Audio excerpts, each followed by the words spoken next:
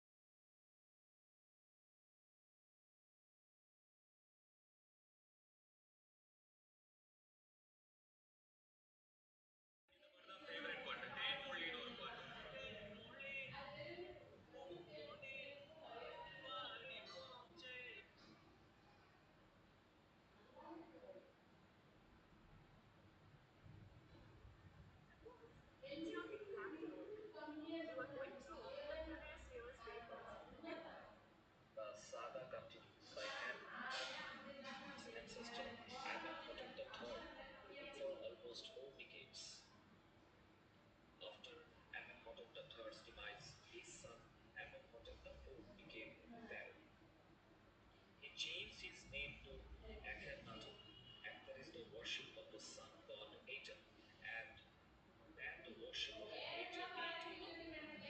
He also shifted the religious capital of the empire. After Akhenaten's death, an unknown ruler reigned for a year. After Akhenaten death, unknown ruler, Akhenaten became pharaoh. Changed his name to Tutankhamun and restored the worship of Anu. After 9 years into his reign, he passed away unexpectedly. He got faded out of public knowledge.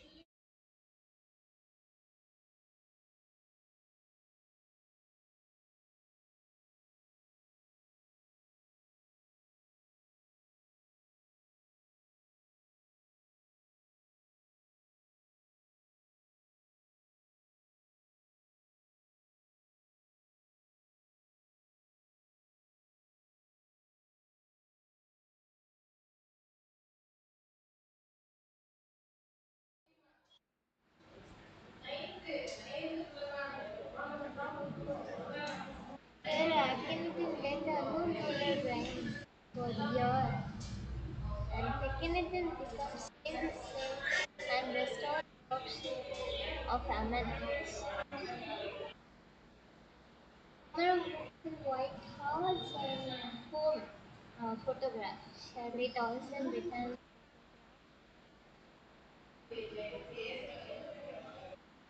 and discovering the written by A.R. Williams.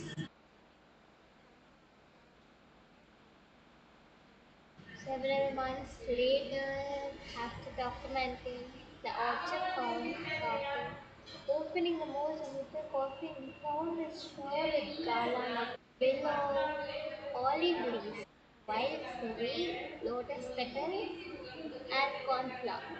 Evidence and the burial took place in March or by April. Lotus petals and cornflower, evident from being stolen. Carter's men had to hang off both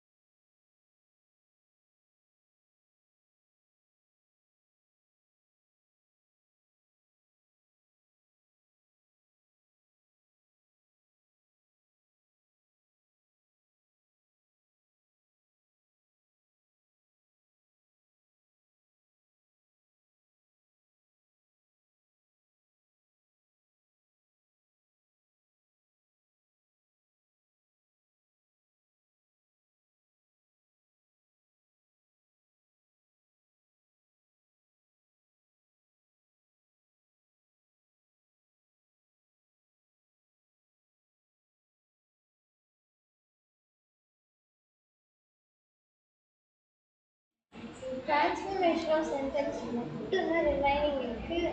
5 minutes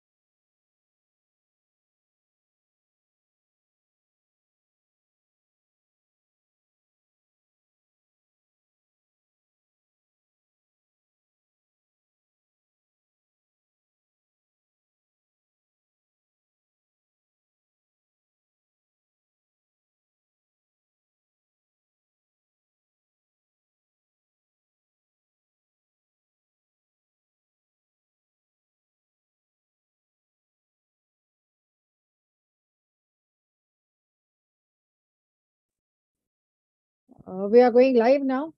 So, all set for today's session. Everyone, please be on the screens. So, good evening, everyone. Here we are for session number 13 on NEP series IDYM team. And the topic for today is just let me check the topic. What is the topic for today? Please tell me. School reforms No, no, and no. School reforms, School reforms. Okay. curriculum. reforms in school curriculum, and I'm ready with it. Yeah, yeah. Yeah. So here we are going live for session number 13 and with the IDYM team working behind us. Today again we are with the panelists of esteemed speakers and experts from eminent fields. So before I start the session, I would like to take the courtesy to introduce my first speaker, that is Dr. Sonal Jain. So Sonal Jain is Principal AA International School, multi-awardee winner, head of the Advisory Committee for Teachers Training, trainer for capacity building programs of teachers, certified career guidance, service provider, parent and students counselor, specialized in Montessori training, specialized in higher secondary teachers training, South Regional Director, Principal Networking, and she is going to talk about reforms in school curriculum and pedagogy. So, most welcome, ma'am. Take the screen and take the stage. Thank you so much. Thank you so much. Thank you. Thank you. Here and they're ready with the topic today. Yeah. I hope it's seen on the screen. Is it? Yes. Yes. Thank you so much. Thank you. Thank you. So today's topic is reforms in school curricula and pedagogy. And that too, where we are in a new era. So let us apply it to or connect it with National Education Policy 2020, where we can see first reforms in Indian school education system, which is also internationalized later on. Later on in all the slides, you will see that how do we get along with the whole world curriculum wise. So let us start today's day. So we are going to talk about the changes what has happened in education system, why it has not become like a bookworm kind of a thing, just by hatting and mugging up and telling your answers or writing it down. No, that is not. So there is no more any system like this. It is just basically analysis, critical thinking, and conceptual clarity. So the child has to think on his own. We are preparing them for tomorrow's challenge. We are also preparing them for tomorrow's competency based world where, technologically they have to be very much developed. They have to think twice before they choose even their career. They cannot jump and say that now I want to become a doctor. Okay, doctor is not working out, so I'll become a nurse. Okay, if not nurse, then I'll go to some pharmaceutical company and work. No, they should have a proper long-term goal set by short-term goals. So first, they should be very clear on their short-term goals, and then we can go ahead with their long-term goals. So for this analysis, what is their interest? In which subject are they interested in? And the critical thinking, and they should have very clear concept whatever they go ahead with. So let us talk about the second slide now. Over here, NEP 2020 says that, now I don't allow you for 10 plus 2 system, and I give you a new system of 5 plus 3 plus 3 plus 4 academic structure to replace the existing one, which we had 10 plus 2 school system. So what is the roadmap for that implementation of curriculum and pedagogic reform? So first is development of national curriculum framework for school education at the national level, which is already done by NCERT, CBSE, development of model syllabi and textbooks in core subject by NCERT again, development of teacher support material and training material, which is already done through Diksha also. So, this is one thing of awareness where we are totally, I'm there in CBSE since 19 years. So, my experience says, that CBSE gives you everything. Only thing you have to find out where it is. in CBSE website, everything is there. If you do a research on that, everything is given to you. You have to just implement it. Many principals, they say that we don't have time, we have not read, we have not gone through it. No, everything is there inside. You have to just check it out. All the solutions are there. Where you put a mail to through Siksha to CBSE Delhi, before putting the mail, I always say, kindly go through the website. Already the solution is mentioned. They don't implement it. Many of them, they search. I get so many calls in a day, and I find the solution and I make them aware about it, that it is given already over here. You can go ahead with it. That is the first thing I do. Okay. Then principles based on NAP 2020, fundamental skills of literacy and numeracy. Before we used to say 2 ones are 2, 2 twos are 4, 2 threes are 6. No, now it is taught logically. How 4 comes, how 6 comes, how 8 comes. So this is one thing. And here also higher order cognitive skills such as critical thinking and problem solving skill are utilized. We have to give them HOTS in question paper. Now there is no more system of only 5 marks HOTS or only 2 marks. No, let them think out of the box in every Roman number of your question paper. Every Roman number, that is very, very, very important. You cannot make them think, just for one question, 5 marks or 10 marks. No, that is not there now. That system is gone, erased already.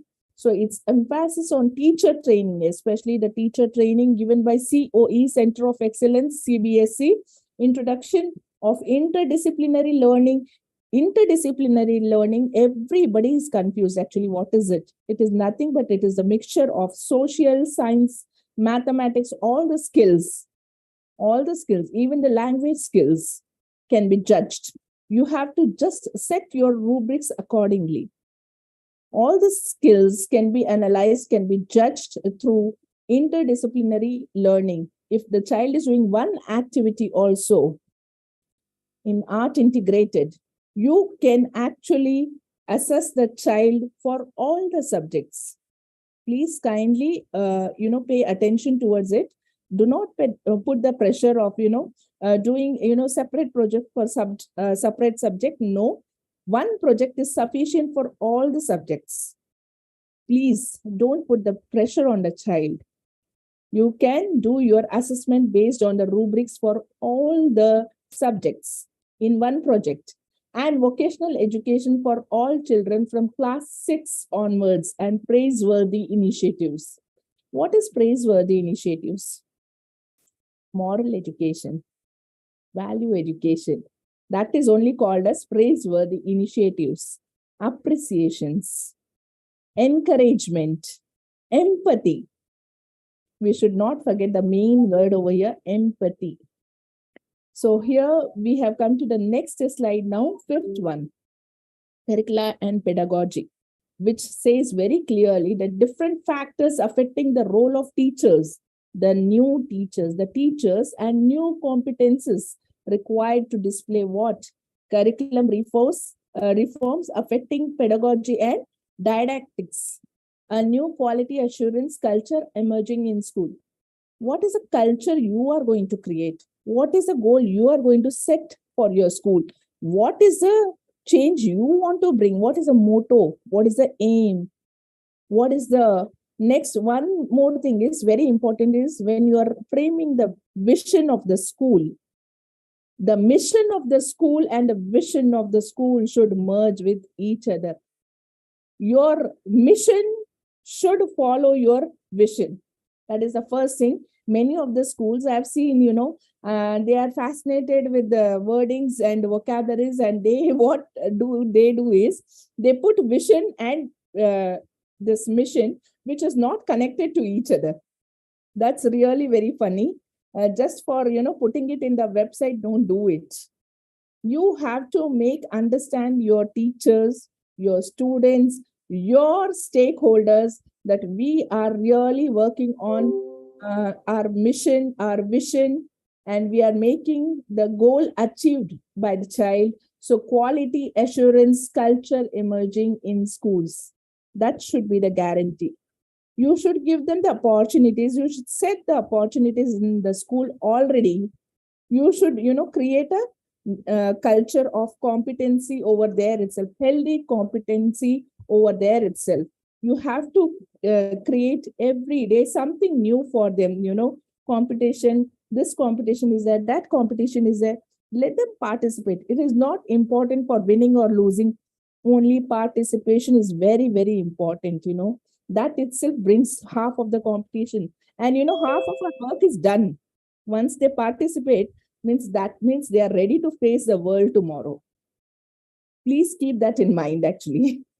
Okay, the next thing is they say that we have foundation pillars of NEP 2020, which includes access.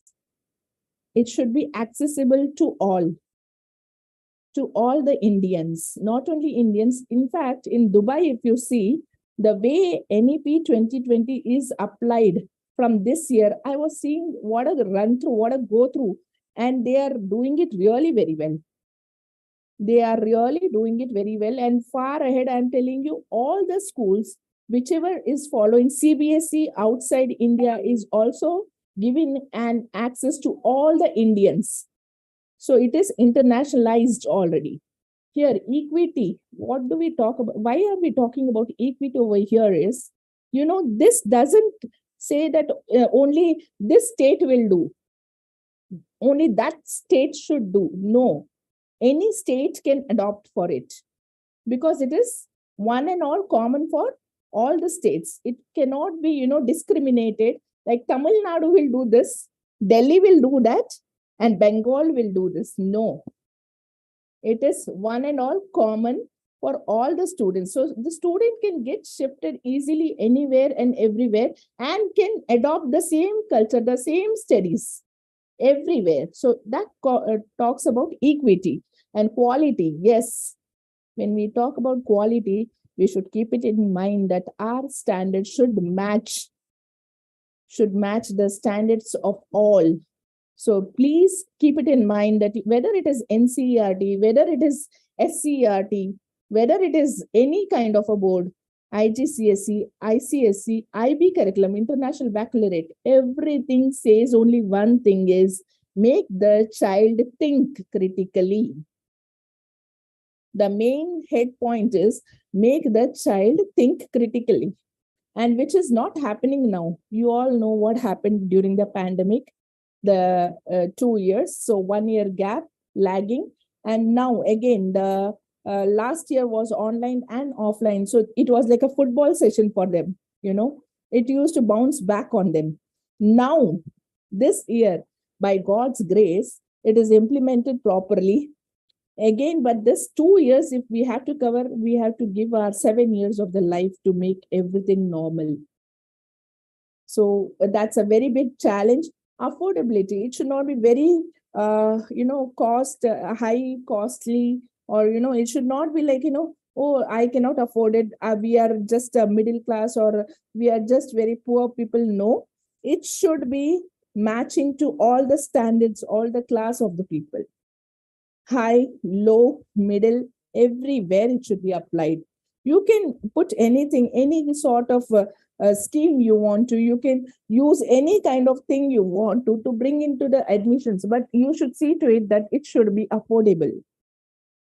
Accountability. Yes, when you're doing something, one book also, when you are choosing for your school, kindly see the standards, kindly see how it is followed, kindly see what is it showing, what is it telling, what is the textbook showing you, whether hot is there, whether value based question, very important. Please put, I want to highlight this very important point. Value based question is, what is the outcome the child has learned to get fit socially among all of us?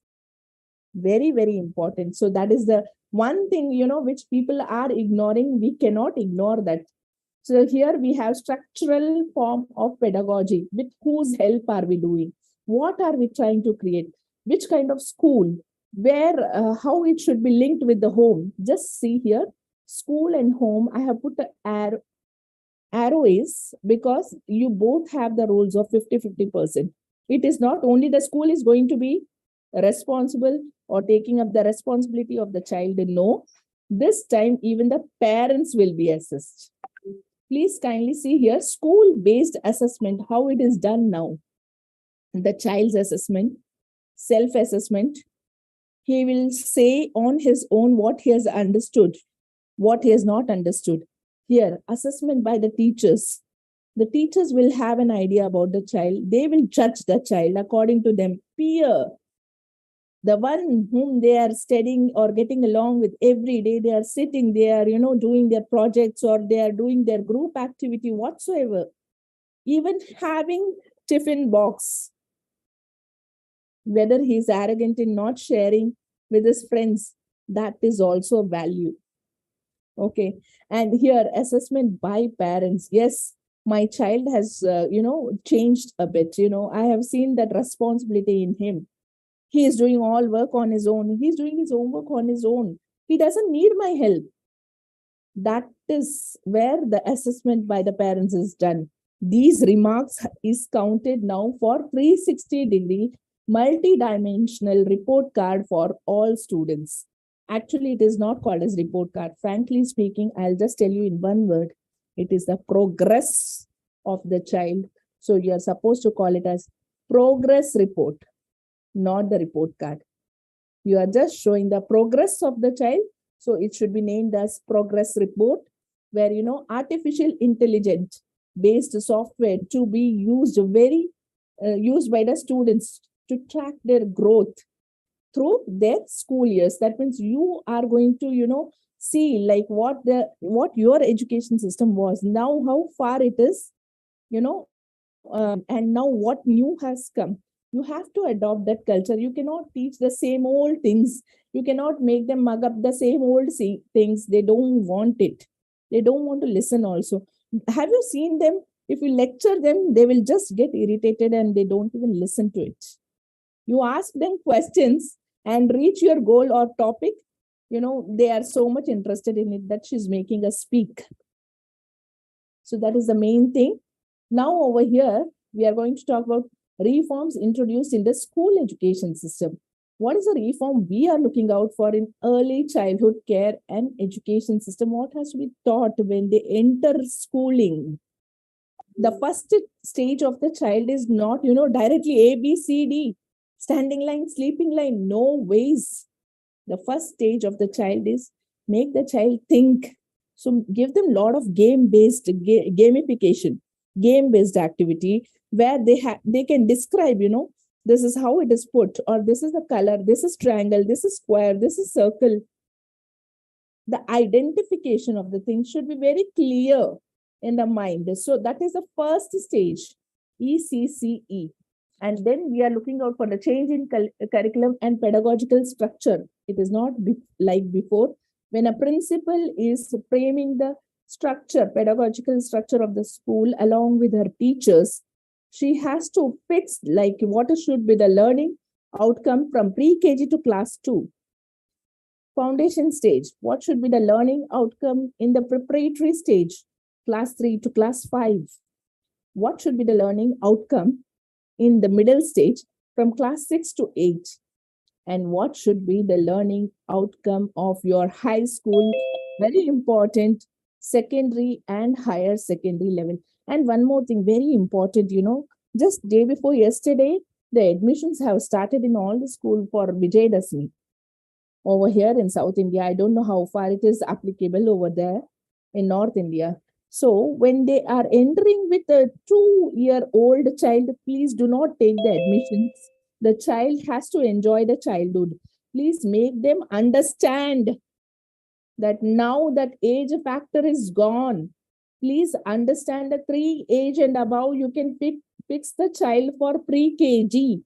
4 age and above, let him not run. He's not going to catch any train or, any train is just, leaving it and the walking towards a destination. No, nothing like this. You can take your own time now. There is no age bar. Please kindly, make the parents educate about this. The age factor, very important. That's why I have put that very clearly over here. Kindly see that in the slide actually. And one more thing is curriculum integration of essential subjects and skills. Please know that you are providing all the important subjects the child should have the knowledge of. And transformation in assessment for students' development. Ask them to frame their own rubrics. Please be transparent to the child. When you are assessing on a project, the rubric should be very clearly said to the child and the parents, please. That, for this I'm giving 2 marks, for this I'm giving 2 marks, completion I'm giving 2 marks, presentation I'm giving 2 marks. The child's confidence I'm giving 2 marks. Please be very clear in how you are going to assess for 10 marks. So that transparency should come now. You have to educate even the child that I'm going to assess you on this project on all these rubrics. So please see to it when you're talking to me, look at the board, see whether you have covered everything or not in these rubrics. That is the one main thing a teacher should do. They have not done now so far. I'm seeing live examples in my school. I'm trying to educate my teacher first, then the students, then the parents, that it should be very transparent enough that the child should know what he's attempting. What is she trying to attempt? What are you going to give? Because that the child has earned. Marks are earned, not given. So that the child should know. Okay, over here, this is standard setting and accreditation for school education. How are we going to do? By which context and strategies? That is, with the help of Department of School Education, approach the Directorate of School Education, State School Standards Authority, then SCRT and NCRT, please approach them. Professional development for teachers is very important. Please keep it in mind, actually. That teachers should finish at least 50 Center of Excellence training in CBSE. Then only I'll tell you one thing, they will really understand what they're teaching, how they have to teach, how they have to present. So this Center of Excellence says that, there is a particular time frame. So every month, 5 training I fix for my teachers. It's free of cost. It is there in the website itself, and they can use the ID, they can book it for themselves. To get trained, specialized, they don't even know the meaning of Bloom's taxonomy. For heaven's sake, educate them. Very important, how to assess the child is that Bloom's taxonomy, and they don't even know that how to do it. So let us educate them. Let us, educate our parents, our surroundings, our stakeholders. Very important, actually. You have to even educate sometimes even your management. I should not say this, but I'm still saying it openly that, management has followed few things from previously. Like I have just, implemented this in my school. This cannot happen. No, you say that value education is very important till 10th standard. You have to show them what is gender sensitization. You have to teach them what is the difference. You have to keep value education in your school, because that is the main thing now. Socially, how the child has to move with all. So this, if it is not taught, then what is education teaching you? That is the main thing. Over here, I'm just, saying the 5 key goals of National Curriculum Framework, which is very, very important. See, over here itself, the first one says, development of academic, emotional, physical and emotional aspects. Please check it out. The second one says, help students develop intellectual quotient by providing them opportunities. You have to create it in your school. To create a curriculum that promotes quality teaching learning, TLP process. Very important. To foster creative thinking, creative skills by facilitating different activities. Creative thinking skills is nothing like, you have to allow them. You do your own, something original. You should be very different. So you think and do. Motivate them for that. provide students with the liberty to express individual thoughts. And please never say a child, one thing very important is, you are wrong. From their point of view, they might be right. Please, you can correct it in some other way. Just highlight or stress more on the correct sentence, but don't say the child you are wrong. That's wrong. We can understand, we are adults. You don't know how they will take.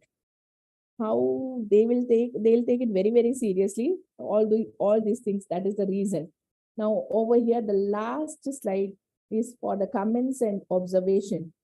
Comments, I'll tell you one thing, it is not easy for this all implementation. So educate them. Educate all of them who are there near you. So comments are, you have to take all the comments positively. You please make them understand in your own way.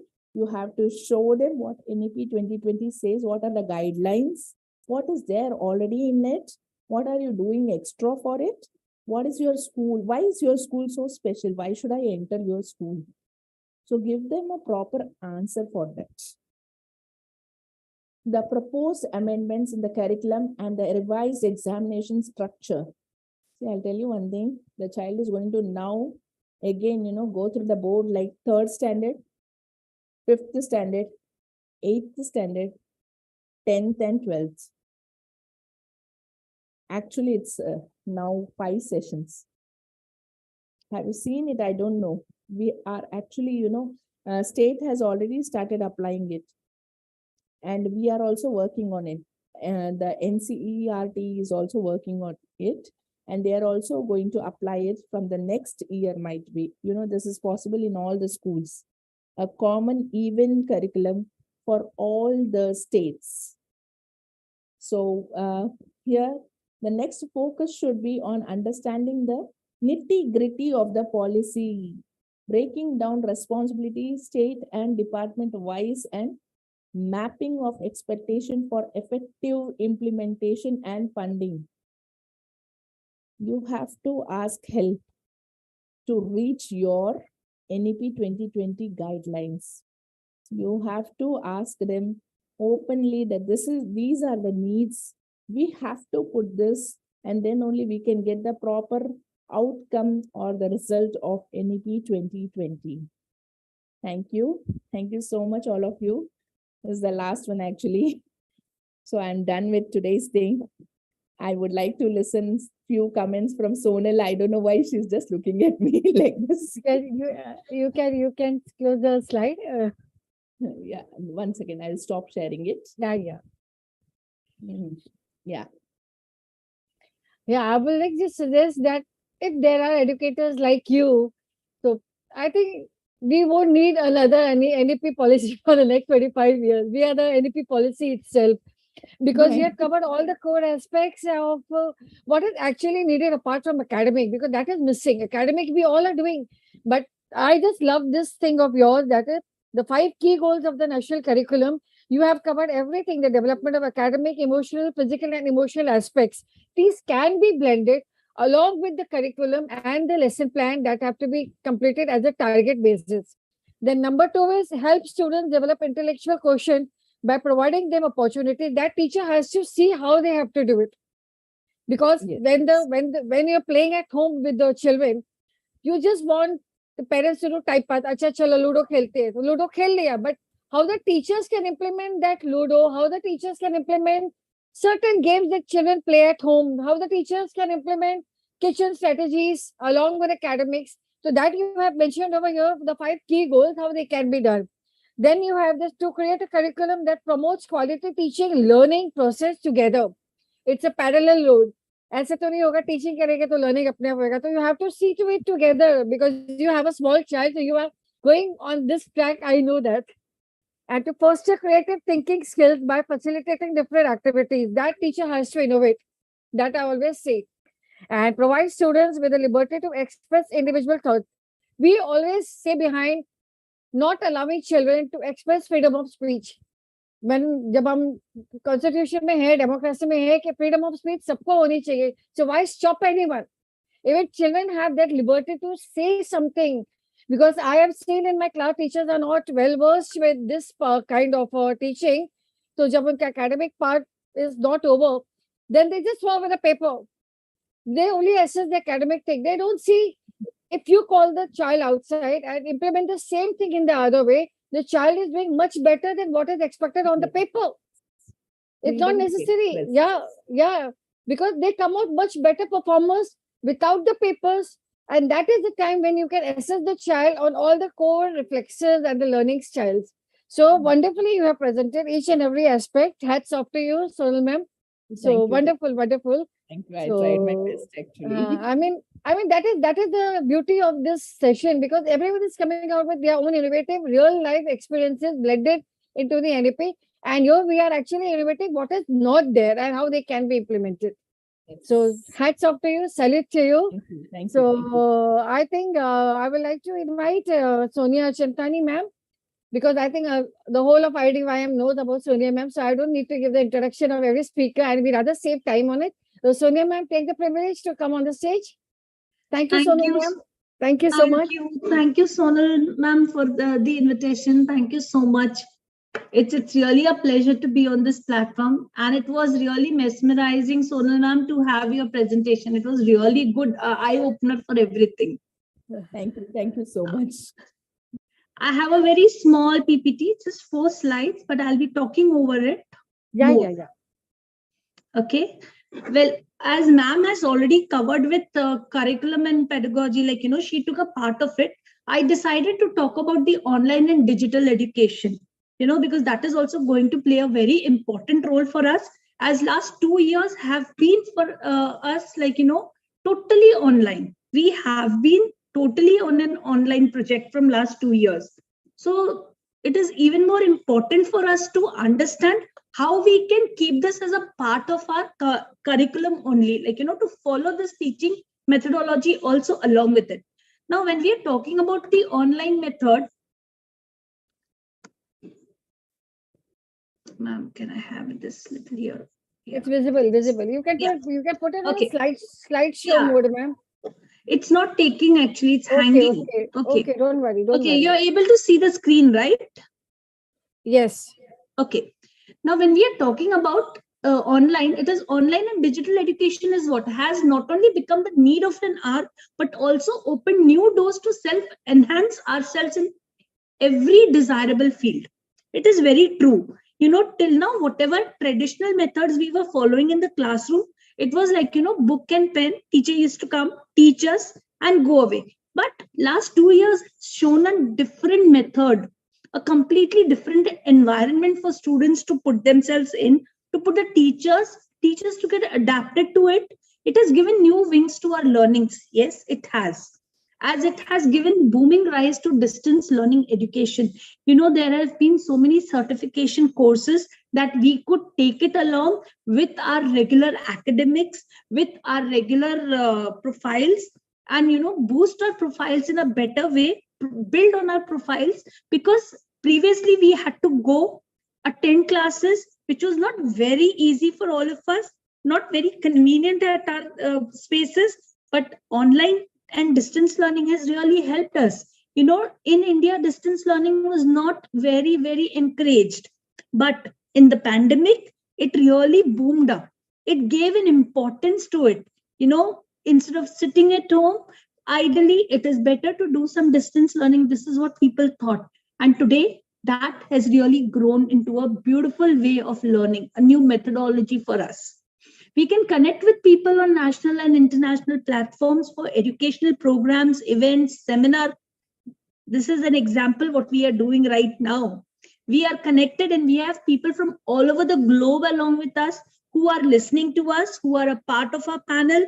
We can share our views, we can share our education policies, systems, we can take exchange things with each other, implement certain things which are good in their system, and they take something that is good in our system. We have conferences, we have seminars, we have even online competitions for children.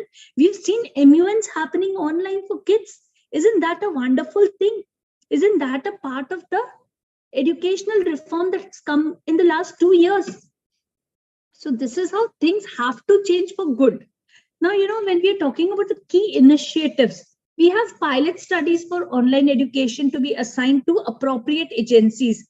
Now, when we're talking about appropriate agencies, we've all heard about IGNU giving distance learning courses, and IGNU was the only one that was really with faith that people used to take up distance learning. But now with IITs, NITs, NIOS, all of them have been assigned projects, pilot study projects to see how well launchpads come up. Because once these pilot projects go very fine, there will be something else that will come for students in store. And this will give them a bigger platform to explore their learning.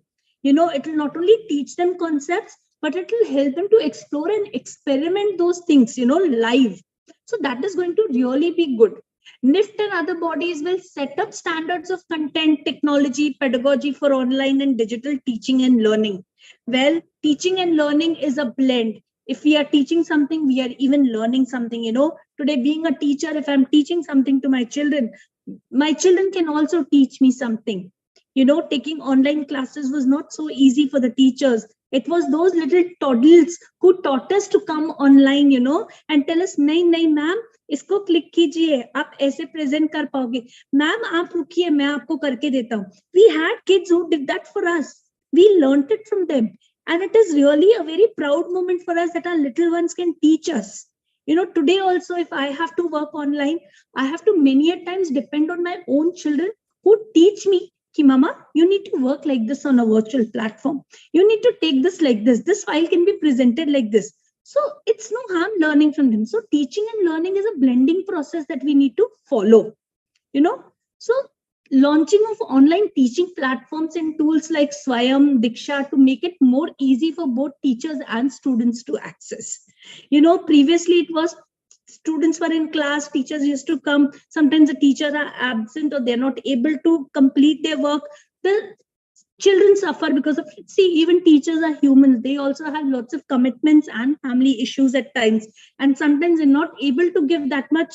They are having leave or whatever XYZ reasons could have been. Maybe your teacher has shifted somewhere else, transferred.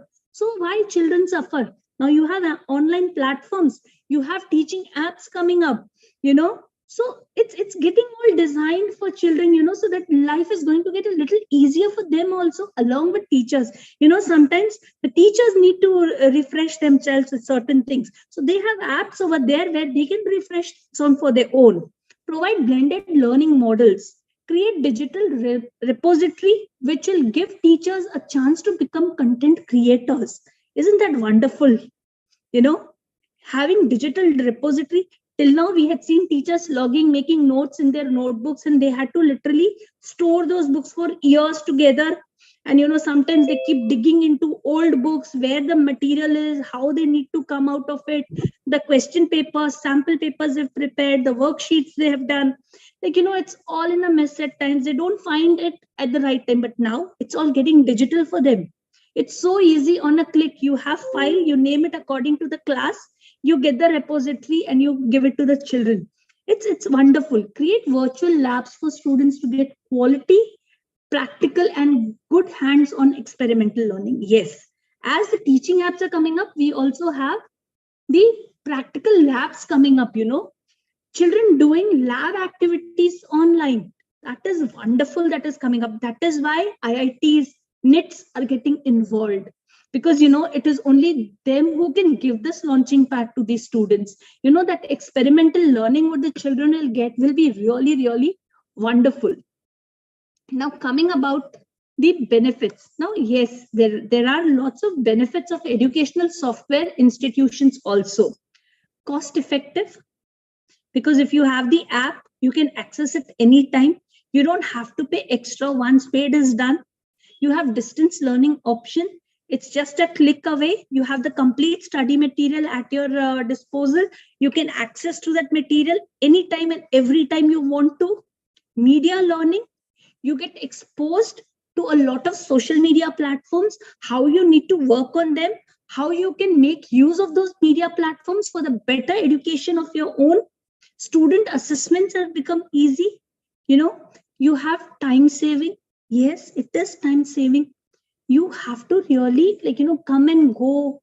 you need to stay somewhere, you need to go through commuting, everything. It is saving time also for you. You are doing it everything by just a click.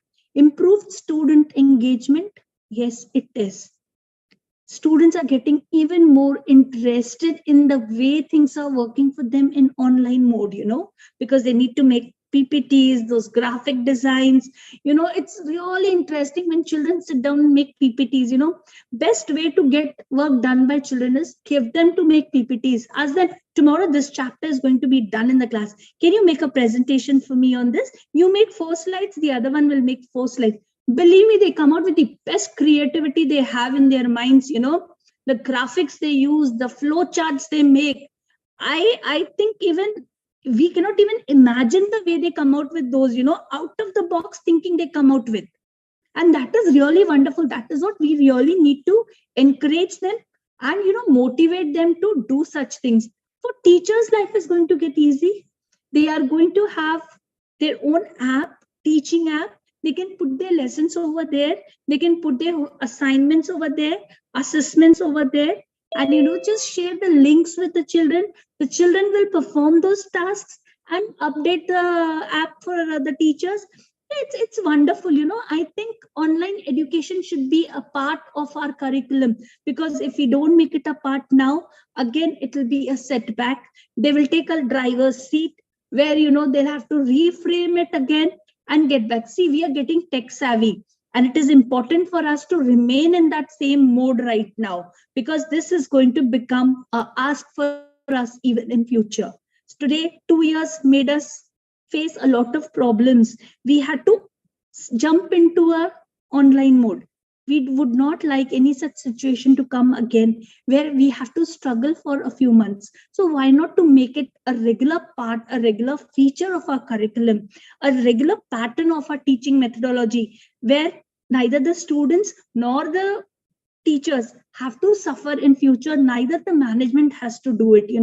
So it's all easy. We can follow the traditional as well as the online method, make a blend out of it, and I'm sure that we will come out with the best outcomes of it. Thank you.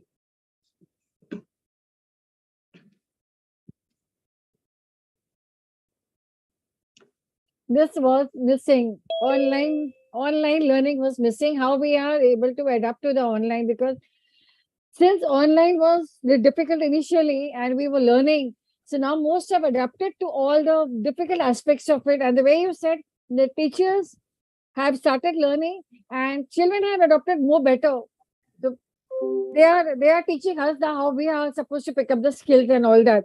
So I think the online part was missing, and you highlighted each and every aspect of the online training. And I really totally take 100% fact in this, that the children are really coming up with beautiful exploratory learning on their own. So I mean, unless we give them the roads, you have to travel through roads and travel. Let's travel. तो वहां जाके success है, तो थोड़ी मुश्किलें जरूर आएगी, but they adopt it. So Yes. thank you, Sonia ma'am, for highlighting the online aspect of it. And one second, Sonal. Sonal, you know what? Yesterday I appreciated you that the way you have taken the speakers, so speaker number 1, 2, 3, and 4. I really want to appreciate you again on this. I never thought you do it so well. First, I covered all the main points, okay? Then Sonia added flavor in it. Okay, that was really very good. Thank you so much. I even after the session, I am just with my mobile and testing कि आप किसको बोलना है, आप किसको बोलना है, किसका content कैसे होगा, उसका content, because I am well aware with all of the speakers now. उनके mindset मैंने study कर लिया है सबका, because being a universal healer, I get the signals कि कौन कहाँ किसका mindset है. So your part of content, Sonia ma'am's part of content, Dari sir's part of content. There are 82 speakers. 82 का मुझे पता है कौन कैसा content देने वाला है. Accordingly, I keep on rearranging and shuffling so that we don't miss some of the best points which we really need and which no books will provide us with. So hats off to all of you for coming out with beautiful, innovative, the pyramid model of, you say that design, innovate, ideate, and create. That is what I always tell everyone. आपके उंगलियों में सारा Alexa है, आपके उंगलियों में सारा artificial intelligence है. Blend it. Come on, do it. So thank you to both of you. And I would like to call Derry sir to take the stage, please. Welcome, Derry sir, for your amazing talk. Let us see what is there.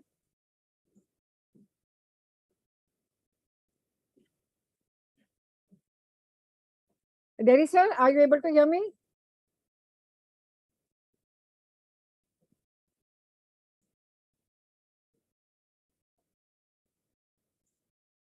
Derry sir, I take the privilege to please call you to come on the stage, please, sir.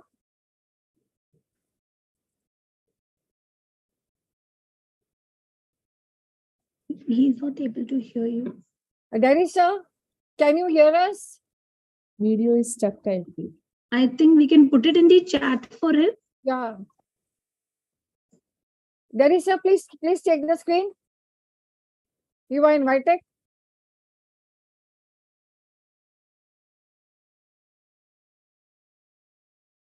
Ravi sir, please tell Derry sir to come on the stage. He is not able to hear us. I think he's facing some technical glitch. I think so. I think so. I think so. So can we move on to Hello, my Ravi dear sir? sister. Hello. Yeah. Hello. Yeah. Do you need anything? Hello. Yeah, yeah.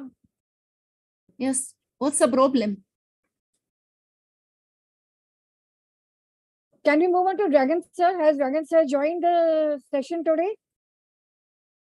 Okay.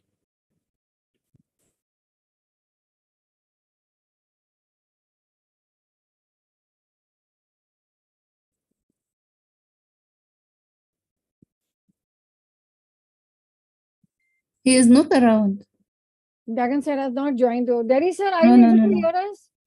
Derry sir, are you able to hear us? Yes, yes, That yes. is here. Yeah, hi. Wonderful, wonderful. God All right, bless. all right.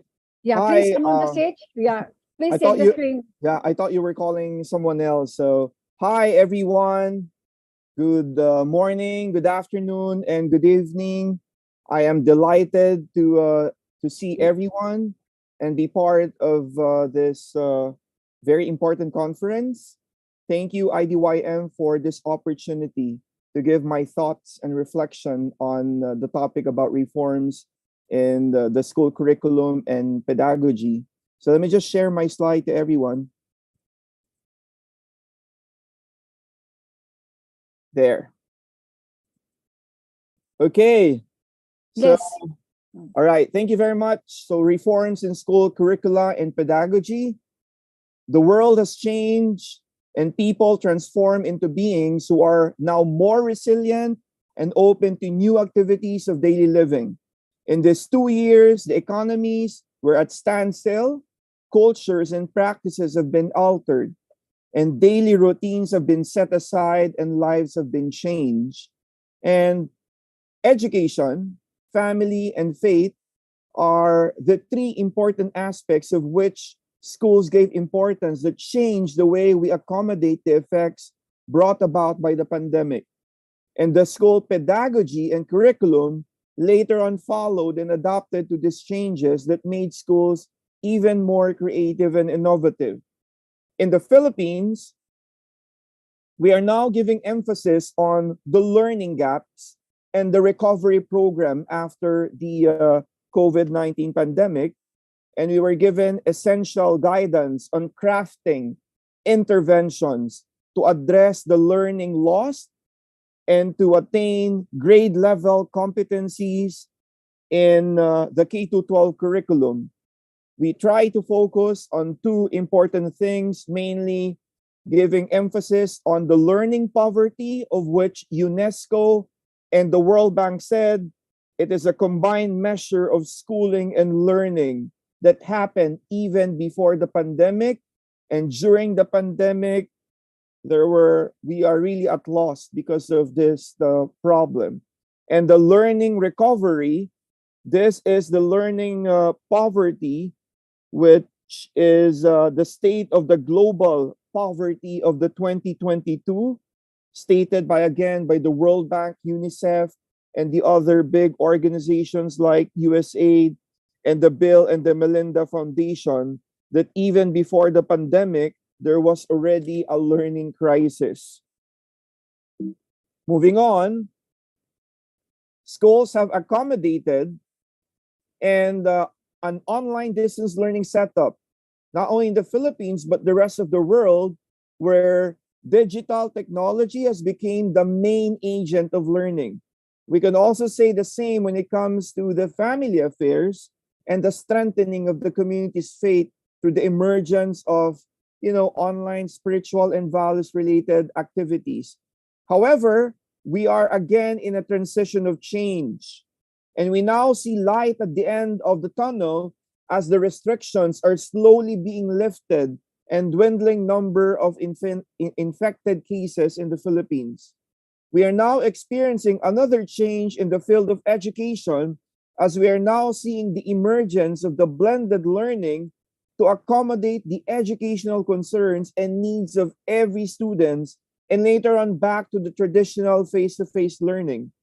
For this school year, 2022 to 2023, we are now leaning towards the blended learning, where the students learn through face-to-face classes and online classes. Through this learning, there is the integration of the digital learning with teacher-led classroom activities for effective transmission of learning to our students.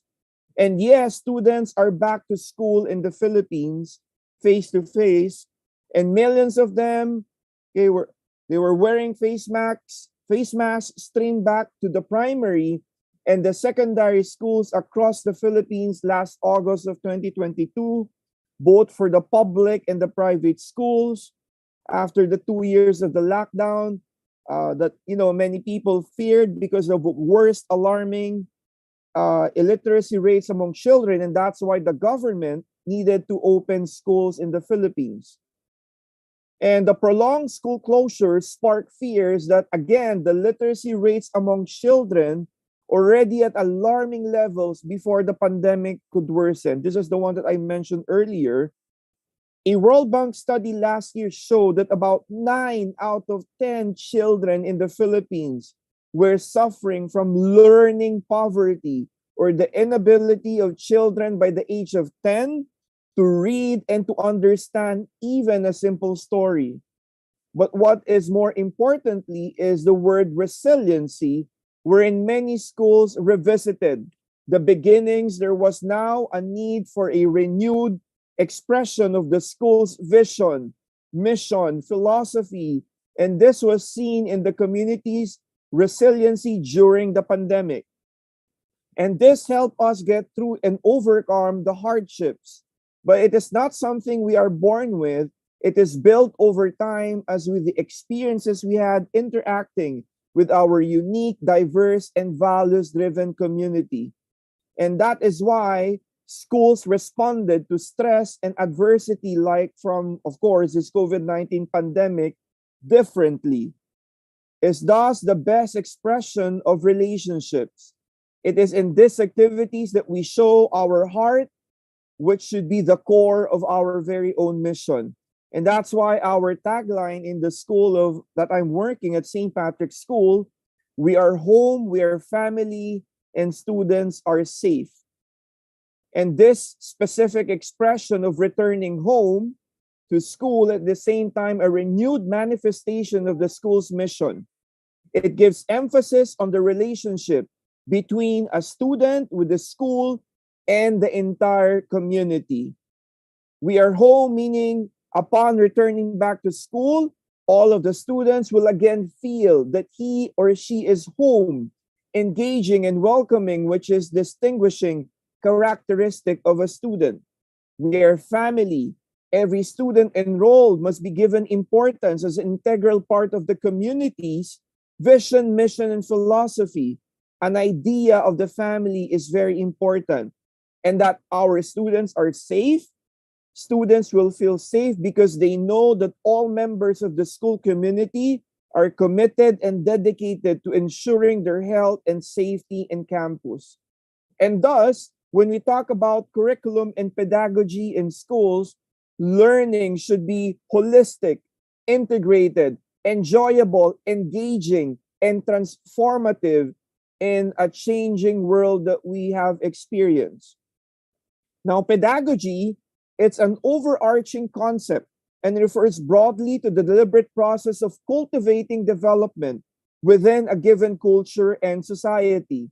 So from this point of view, we talk about pedagogy has three basic components. Mainly, you have the curriculum, the methodology, and the techniques for socializing children in repertoire of the cognitive and the affective skills required for successful functioning society that education designed to promote.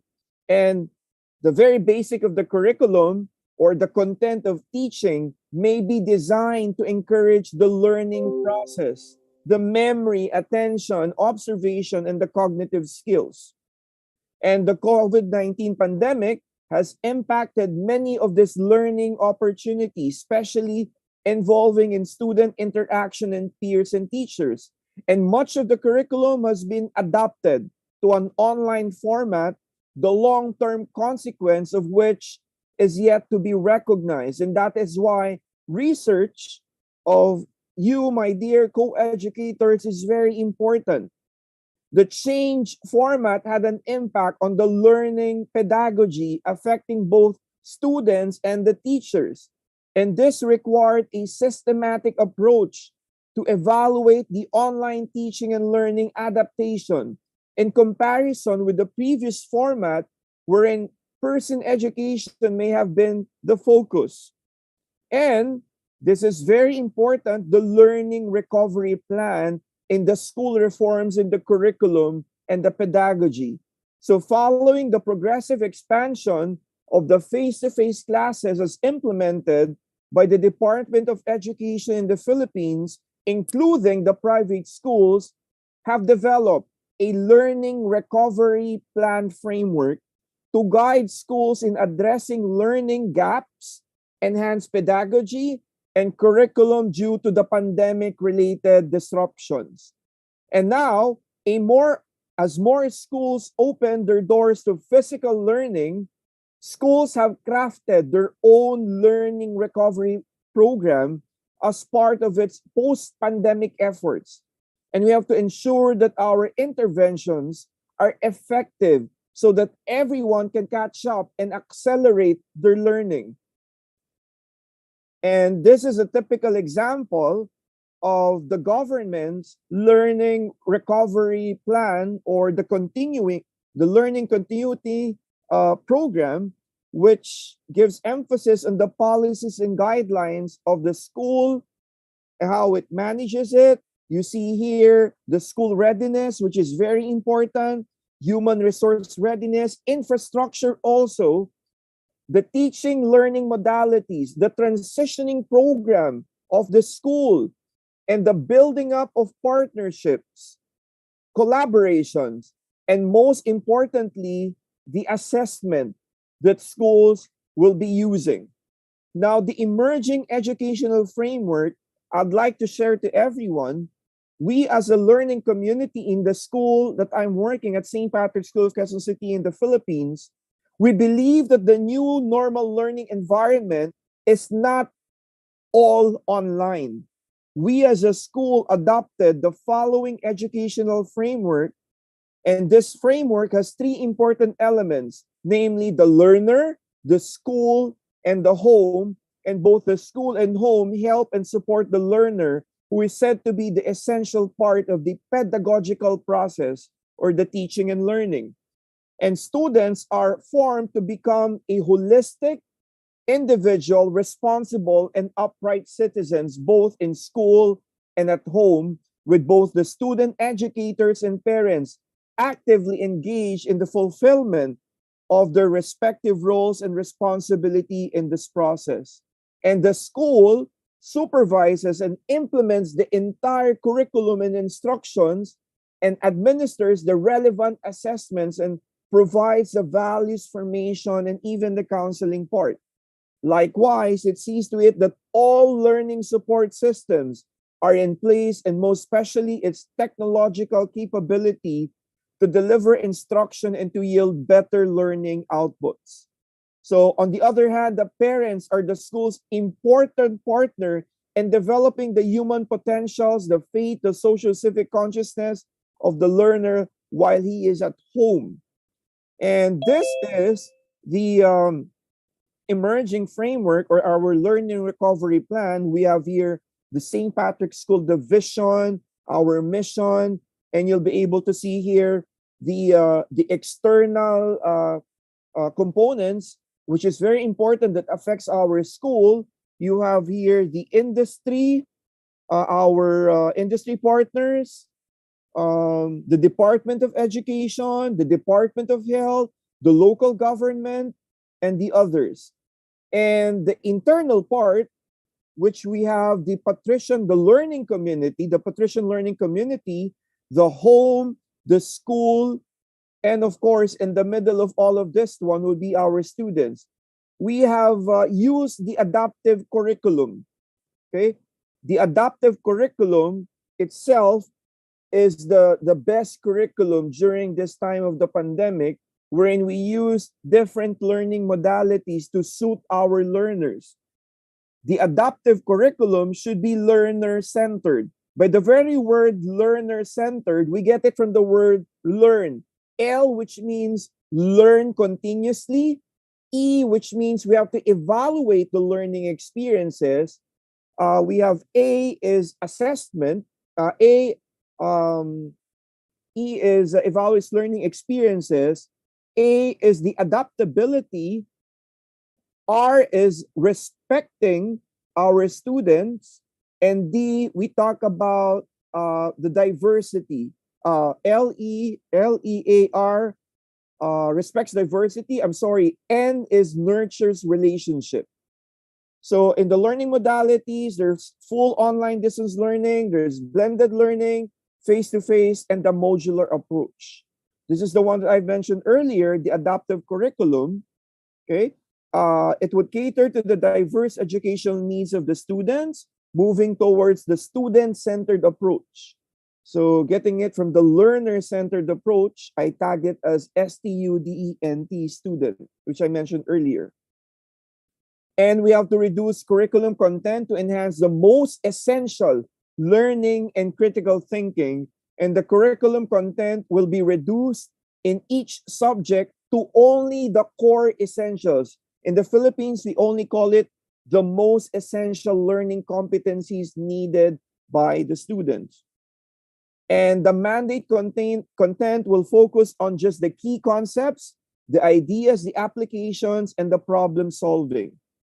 And in terms of the holistic development of the learners, the key overall thrust of the curriculum and pedagogy reforms across all stages will be to move the education system towards real understanding and towards learning how to learn away from the culture of rote and learning as is largely present today. And the aim of education will not only be purely cognitive development, but also building up the character and creating holistic, well-rounded individuals equipped with the key 21st century skills. Providing also the importance in the multilingualism and the power of the language is very important. Teachers will be encouraged to use the bilingual approach, including the bilingual teaching and learning materials. And the curricular integration of the essential subject skills and capacities is also very important. And the pedagogical approach, I have only focused on the following, which is, I think, needed: the traditional approach, the progressive, and the centrist. Focusing mainly on the centrist approach, wherein there is a balance of the teacher-led and the inquiry-based activities, a balance of both the skills and the knowledge, and the mix of all the above is appropriate to meet the needs of the school context and learning. So the other schools may be able to have their own pedagogical approach. Why is this pedagogy very important? You know, a secure understanding of this chosen pedagogy will be essential for an effective teaching. When excellent pedagogical content knowledge complements a clear overarching pedagogy, The result is outstanding classroom practice. A well thought out pedagogy will improve the quality of teaching and the way children learn. Having an established delivery method allows consistency across the school that helps children progress seamlessly across the different year groups or the different grade levels, allowing a great focus on teaching key concepts. And moreover, a considered pedagogy can help children move beyond just the basic memorization and comprehension to complex learning processes like the analysis, evaluation, and creation. Earlier, one of our honored speaker made mention of Bloom's taxonomy, which is very important. And how do we decide on this pedagogy? A continually evolving phenomena. Researchers are constantly evaluating how children learn and how schools can take action of research-based ideas when designing their approaches to the curriculum delivery. Once a school has decided upon this approach, all stakeholders need to be clear on how to deliver their curriculum and what pedagogy is constructed. And schools with an explicit pedagogy are much more able to participate in a professional dialogue about how children learn and have a clear and coherent approach to teaching across the schools. And now, how do schools decide again on this pedagogy? Hopefully, these questions would be able to trigger our creative thinking. How can we make our school curriculum accessible to all our learners? What beliefs do we hold about learning and how will they be linked to our curriculum? And what evidence or research do we want to build our approach upon? We should be using real data, research data in doing our curriculum and in terms of our pedagogical approaches. Do we need to adopt any aspects of an evidence-based approach to better suit our unique needs? And moving on, how can we ensure that the children become independent learners, problem solvers, and creative thinkers? And do we want them to become active or passive learners? And that's why curriculum reforms is very important. Okay? And the very word curriculum means correre, to run a race. It's a plan of learning. It's basically talks about as a set of guidelines and refers to the materials or documents used for teaching and learning, the textbooks, the instructional materials being choose. Now, conversely, Saavedra and Steele made mention that curriculum in a broader sense includes the issues that would have an explicit impact on how the curriculum is designed and realized, such as teaching methodology, the class size, the learning hours, and many more. Okay? And now, a new curriculum requires a clear vision. A vision of curriculum reform signifies the purpose of the curriculum change. So it covers the questions of why the curriculum reform is needed and what kind of reform is preferred and how the desirable changes could be achieved, and answers these questions would affect the outcome of the implementation through various ways. And we talk about the different types of curriculum and document support in the achievement of the education vision, which is very important. The teacher's practices and self-efficacy mediated curriculum implementation and the engagement of the stakeholders can drive the so-called curriculum change. The transversal factors require consideration to ensure coherent around the curriculum reforms. And shaping a coherent curriculum implementation strategy is very important as well. So the curriculum implementation framework suggested by the OECD in 2020 hopefully will be able to help us in terms of our curriculum reforms. So how to start reforms in the school curricula and pedagogy? we can do the pestle analysis. It's a helpful framework or a tool in starting your school reforms in the curriculum and pedagogy by analyzing, I'm so sorry for the wrong spelling, pedagogy, analyzing and monitor the macro environmental factors that may have a profound impact on your organization's performance. So you have to do the pestle analysis. This tool is especially useful when you're reforming an organization. It is often used in the collaboration with other analytical tools, such as the SWOT analysis, to give you a clear understanding of a situation and related internal and external factors. So you have to consider the political, your government, the economy. You talk about the inflation. You talk about the social, your community. You talk about technology. What are the updates in the technology? The environmental, and most importantly, the legal.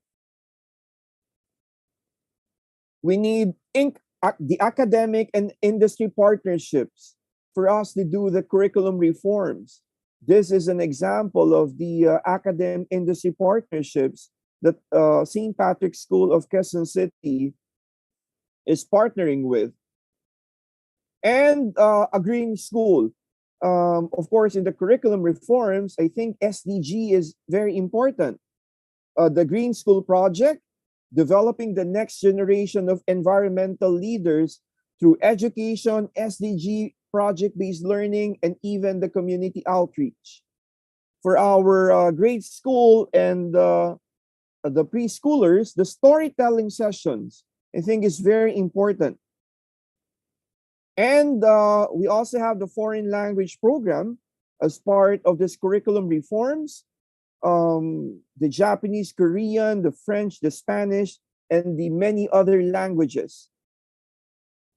And we have the collaborative online international learning, which I guess would be able to help, the different schools across the world to communicate in this challenging times that we have. And in conclusion, empowerment of the teaching profession produce good results. And the professional teachers should have a space for innovation because they should try to find new ways to improve learning. And here, teachers should not be seen only as technicians whose work is to implement strictly dictated syllabi, but rather as the professionals who know how to improve learning for all. All this creates a big challenge that certainly calls for changes in teacher education programs. As educators in a changing world, let us demonstrate and work together on how it is possible to build a so-called system in which students are routinely taught by well-prepared teachers who work together to create a thoughtful, a high-quality curriculum supported by appropriate materials and assessments that enable ongoing learning for students, teachers, and schools alike.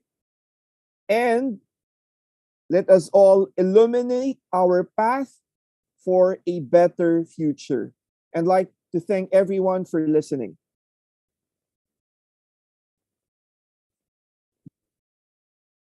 Sir, I am surely short of words. I don't know what to say because you have covered a total creative society kind of a learning environment, because so beautifully each one of you have covered all the aspects of the learning. And the last thing, that the last slide of yours truly depicts the idea of I am family of educators doing that change. We have to empower teachers, we have to educate teachers, no matter, look beyond imperfections, because the imperfections are going to create better humans, and we can teach children later on the way we are teaching each other over here on this platform. And as Sonal ma'am said that progressive assessments have to be done. So I totally resonate with the progressive assessment part. I think Sonal ma'am, can you please describe on the progressive assessment? What is it? Sonal Jain ma'am, are you there?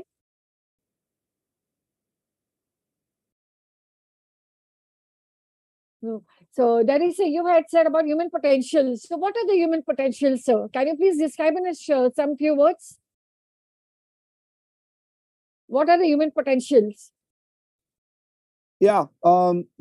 Yeah. The human potentials is really checking on the holistic, the holistic being of the learner itself. No, it's not only you don't only talk about technology.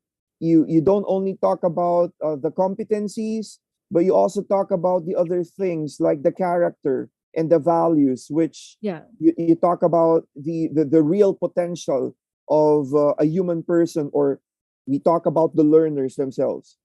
And in the pestle analysis, you had said about SWOT SWOT analysis. What is the actual full form of SWOT analysis? SWOT, sir? You have the strength, the Yeah, weaknesses, the opportunities, the threat, yeah. uh, which you all need for you to be able to really come up with a very good school curriculum and pedagogical reforms. You have to be able to to see what is happening. Sometimes we are so focused on our school, and we tend to forget that there are other things happening in your community and the world. Definitely. So and Ma'am, you can I totally, add a little over yeah, this yeah, yeah. on Yes, SWOT? ma'am. Well, as sir mentioned, SWOT is strength, weakness, opportunities, and threats. If we look at it as a perspective of a counselor, it is like, we analyze the strengths of the children, the weaknesses of a child, and then the opportunities that the child has with the strengths that he is foregoing, and the threats that can stop him from his growth. Basically, this is how SWOT analysis is taken forward. And as Sonal ma'am was not there, if you allow me, I will answer that progressive assessment also. Yeah, yeah. Progressive assessment is, what, where we are having an observation on the child throughout his learning. Report card is something where the teachers mark a grade and give it to their children. Okay, this is what you scored, this is what you did in the subject. But progressive is where, we keep a check on the regular process on how the child is moving towards his growth in that particular concept, in that subject. It is a continuous growth that the child has. We need to make a note or a data of it, like, okay, if last time he was improving, has he improved a little more, has he shown a better improvement in it? So that is how progressive assessment goes. That is apart from the academic, you can create this assessment chart. Yes. Day to day progress of the child on different levels of the grasping power and all these Very things true. come. Very Yeah. true. Yes. So yeah, that is why, because I think most of the educators are aware of SWOT and they will just keep on talking about SWOT, but they are not aware of what is actually SWOT. So that is why I wanted to highlight this point. What are the human potentials? What is progressive assessment? And what is SWOT analysis? And the way Sarah said that COVID has actually bombarded on our lives. So it is a wake up call for all of us. We were just concentrating on, okay, chapter learning, rote learning, tests, give the test, see the marks and everything. Now the shift is totally shifted. The whole of the education landscape has been tilted towards a 360 degrees now. So the The COVID has tectonic actually plates of the education system education have totally, changed. totally. I always say that. I always say that because it is like just one bombardment and we all were shaken up. We were like just got up from that deep slumber and started innovating, adapting to technology, no matter whatever the challenges were. And we did it very well because somehow we had this inside us. So we adapted. Like Sir has said, we need to have an adaptive curriculum for even the educators also, not only for children. So, sir, Very true.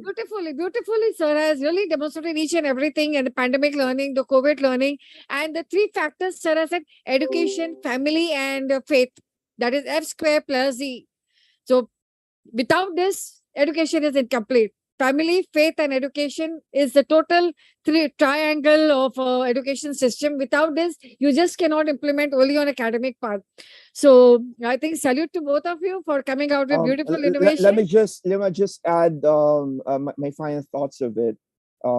Yeah, I am also yeah, the national education policy of India is really good, and it's very inspiring as well. And um, one thing that I've learned also in try to see the best way of how the NEP has inspired Philippine education as well. Our Department of Education, they had the basic education plan. This is for 2030. And there are four important points that they consider. One is prioritizing quality education. Second is the expanding of the acceleration of education. The third is empowering the learners. And the fourth one is the well-being, okay, the well-being of learners, which is very important. Dr. Sonia made mention of the well-being of learners, which is very important and very crucial in our discussion in the school reforms of the curriculum and the pedagogy as well. And of course, let us also not forget our dear teachers. All of this would be nothing without our teachers. Our teachers need to understand also that the professional developments that we are giving them are very important. Let me just share this, because there are some, teachers who doesn't seem to care. That this professional development trainings are very important for them to be equipped with competencies. I think one of our speakers made mention of competencies. There might even be competencies today that have not been discovered yet, and that's why it continuously becoming like a phenomena of which all of us educators need to be able to really study and hopefully get that competencies, so as our teachers would even become more or become better teachers for our learners. So I see that this is the beauty of empowering one another, because I think when we were in the physical world teaching, we were totally against each other. We are not going to give your idea, you are not going to use my idea. And here we are, the moment COVID has bombarded each one of us, we are sharing with each other so beautifully what is actually needed for the children of the tomorrow. So this this shift has totally given us a wonderful awakening, you can call, that now we don't think about this is my idea, this is your idea. We just want to blend with each other in a beautiful way, so that we incorporate each one's strategies applicable to each one's way of imparting the teaching to the children, because every child is different, every child is unique. The child who is in Philippines and the child who is in India is different, but ideas are multiple. What strategy is implemented by the educators in the Philippines may be applicable in India also. You never know. So unless we connect with each other, unless we empower each other, we will not learn and we will not be able to teach the children also. So it's a mixed blending of the cultures. That is what we call about creating creative culture learning among all of us first. Because unless we break the shackles of all this, we will not come together to create a creative society. So creative society is formed by one of us. Most important is not what the child is learning. It is important how the child is learning. That is more important.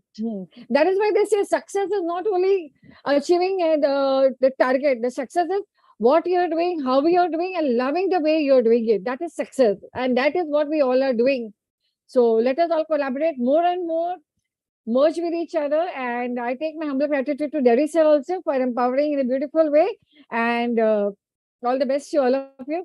I take my pleasure in inviting Dragan sir on the screen now. Are you there, sir? Thank you so much. Is Dragan sir there on the platform? Yes. Hello. Good evening, sir. Please take the stage.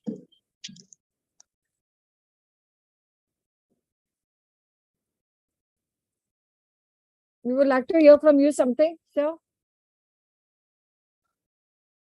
Thank you. Yeah, please take the stage and highlight all the learnings and what you, the topic for today for you, sir. The stage is all yours. Yeah. Thank you very much. I'm honored to be part of the World Conference today. I'm Dragan Jovanov, Dr. Dragan Jovanov from Macedonia, Doctor of Phytomedicine and Agroecology. Thank you for inviting me there, Ravi. Thank you at the team at the era of reform pedagogy was an era of educational change, and it is an era which today more than ever can give a fresh impetus to education in Austria.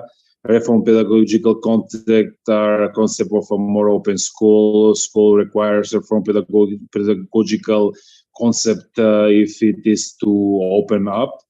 As mentioned earlier, curriculum reform can be seen as process that aims to change the objective of learning and the way learning takes place.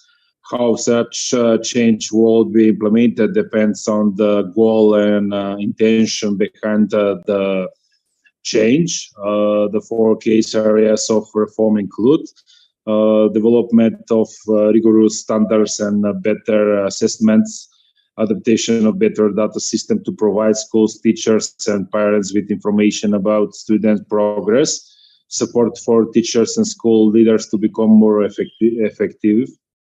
The proposal of educational reforms to transform school structures with the aim of raising the quality of education in a country. Educational reforms to serve a holistic examination of their reason, objective application and result generated by those within the school system where they are implemented. Educational reforms comprises and planned change in the way a school or school system function from teaching methodologies to administrative process. Current reform to public education include a new common core state standard for learning, the local control finding formula for school district, the rise of charter school and growth of partnership between schools, not-profit business, and other government agencies. Developing countries have developed to the implementation of education policies to improve the quality of education. The concern has originated from the fact the quality education process, the tools necessary to produce social mobility, reducing the inequality within a country, and turn conclusion, students can get benefit from the reforms initiated by the government in the Department of Education. In all grades, there will be grades that emphasis on problem solving and inquiry. Students will be expanded to apply knowledge and skills to real life problems and to demonstrate habits of mind that support lifelong learning. They may be doing more project and more writing. Thank you very much. That is, I think, I mean, just a little bit of this Dragons are there, I think. So I think he's left. So I would like Sonal ma'am to take the stage and Sonia ma'am to please take the stage for 5 minutes. Are you both there? Yeah, I'm there. Yeah. So Sonia ma'am and Sonal ma'am, before I end the session, just 1 or 2 points of takeaways and message for the educators according to what you have shared. I would like to just say, we as an educator, we should not just say, we should implement it. So we should try implementing it in our school, and let us start. A small start can lead us through our destination, and I'll 100% tell you we'll successfully implement it within 10 years. NEP 2020. Within 10 years will be applied all over the country, all over the world, in fact. Just telling Wonderful. you. This is the fact, actually. Hopefully it should be before 10 years also, because we all are working hand in hand together. So hopefully it should be before that also. Hope so. Thank you. Thank you so much. Sonia ma'am. Ma'am, as educators or as counselors, I would only like to say one thing, that before expecting the children to be prepared to adapt to any new formations or new learning, we should be ready to take up the new learning. We should be ready for adapting new methods. When we do not welcome things, how do we expect those little children to do it? Because if it is difficult for us, it is difficult for them also, because we are the ones who hold their hands and teach them. We are the ones through whom they learn what they have to learn and how they have to learn. So if we are not prepared to accept the changes, it is difficult for us to explain the same thing to them. We are the role models to them. So we need to learn first in order to teach them. Wonderful, wonderful. And Dari sir, one message to the educators according to what you have shared with us. Is Dari sir there? Yeah, sir's there. I think like last time is his video is off, but mute and video off. Yeah, I'll call Bedkar sir for a review for today. For 2 minutes, sir. Most welcome. To Sonal madam and all the today's resource person, both DD sir, one was there sir and one was that sir, and I think, and Sonia madam, Sonal madam, and all. Today, all the aspects of the learning of other countries are also displayed and explained by the resource persons. So every country is trying to give students a bright future with teachers training and providing the facilities. As Sonal madam said that if we interchange or learn something from other countries and can interchange the knowledge and the facts and the pedagogy, those who are adopting other countries also for the development of the country, that should be accepted and implemented in every country. As Sonia madam was saying that SOC analysis, SO SWOT, SWOT analysis. SWOT. Sometimes it is also called OC also in our higher education. C stands for the challenges. What the challenges in the education with the strength, weakness, and all these things should be studied. And to overcome that challenge, our journey should go to the bright future of the students, those who are with us for their future of the growth. In all, today's all the resource persons have presented very informatively and you added the knowledge of this field to me also. And thank you to all the resource persons and madam for giving me the opportunity to listen today also. Thank you. Thank you, sir. Thank you. I mean, you have been an active participant, I think, from the many days. So you are a witness to all the sessions, whether they are productive or not productive. And if any mistake from my side also, I will definitely try to improve. So healthy suggestions are welcome. And Dari sir, are you there?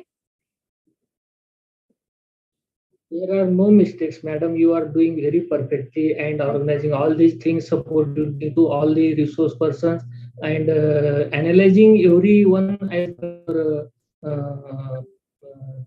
I think capacity. And it was very good to listen all these things with analysis by you. I am just remembering one thing that as you are conducting the session for this IDYM, for your information, I would like to proudly say that I have conducted more than 600 webinars daily, out of which 55 were only women resource persons, those who are invited from India and abroad.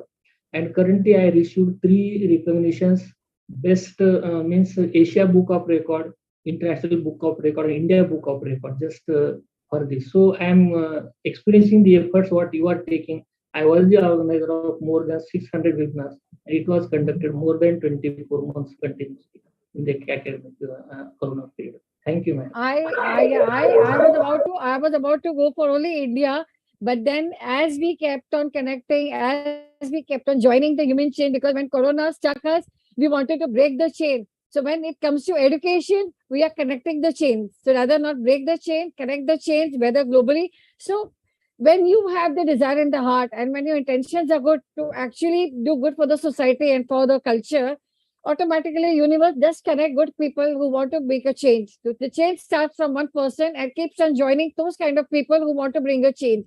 It's just one person. It's a collaboration of all the people in the journey. And there is no destination, koi manzil nahi hai, koi mission nahi hai. The only thing is there has to be a healthy learning channel, healthy collaboration to create a learning system, because education has been the most impacted during COVID. Everything was going on, the food was going, the everything was running. Migrant workers were going back to their places, उनको खाना मिल रहा था, सब कुछ हो रहा था. So what was impacted? The young learners were most impacted. The teachers lost their jobs. Family income was totally shaken up. So this is what I have seen, I have experienced, I have witnessed people sharing their grievances, because I have healed more than 150 patients for so many problems, and all the problems are like the problems in the family are just not being able to handle the situation with resilience. So unless and until resiliency is developed through educators like us, how are we going to teach the children to become wonderful learners along with the 21st century skills as well as the academic performance also? Only then they can be able to combat the next pandemic, even if it arises. So we cannot say what is certain, what is uncertain. So let us keep our fingers crossed and help children to become bold, strong, super achievers in every stream of life, no matter what they see and experience. We are all there to help each other.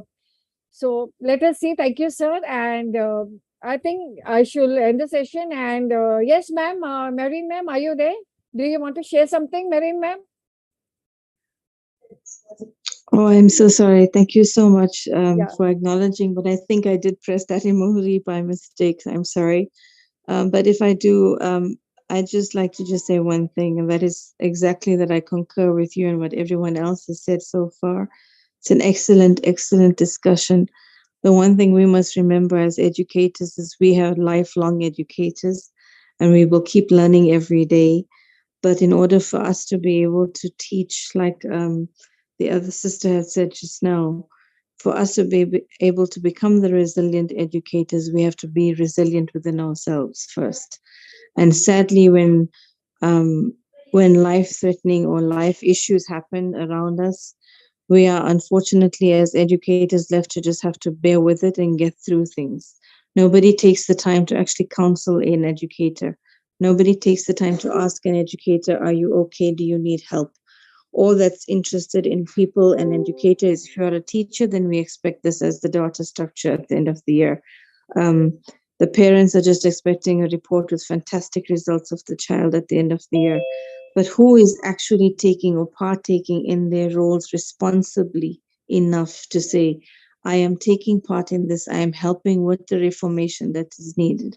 So it begins with each one of us, yes, and every educator out there. I always say I salute you all, including myself, but I am only one that's a small factor. Those that are with those children on a daily basis, that are listening to them, that are the psychologist, the teacher, the doctor, the everything rolled into one, because these children find solace in a teacher more than they find at home. Those teachers are the ones we have to say, we give you an applause, we hats off to you. But the reformation that we are looking for, and transformation in the teaching methodologies we are looking for, are not going to just come from giving it in a pamphlet or a booklet to a teacher to have to adjust. We have to be able to start to implement it, make sure it works, and we need to work together. I always say this, it is an equation. The parent plus the teacher is equal to a holistic educated child. And that will develop that child into being a good leader. So, but thank you so much. I do apologize. That was a raised hand in error earlier. So, No problem, but ma'am. thank you for giving me the chance.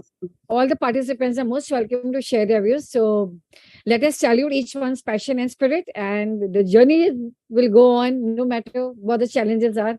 So I end this session and extend my heartfelt gratitude to all the educators out over there who ignited the passion in them for a wonderful sharing and innovation and ideating of the ideologies and everything. So I take the end of the session to each and everyone. deep gratitude from my side, from IDYM and the technical team behind me for 24 hours supporting us with wonderful creative, with wonderful certificates, and the zeal to keep us going, because that is what keeps us going. Thank you so much, everyone. Thank you.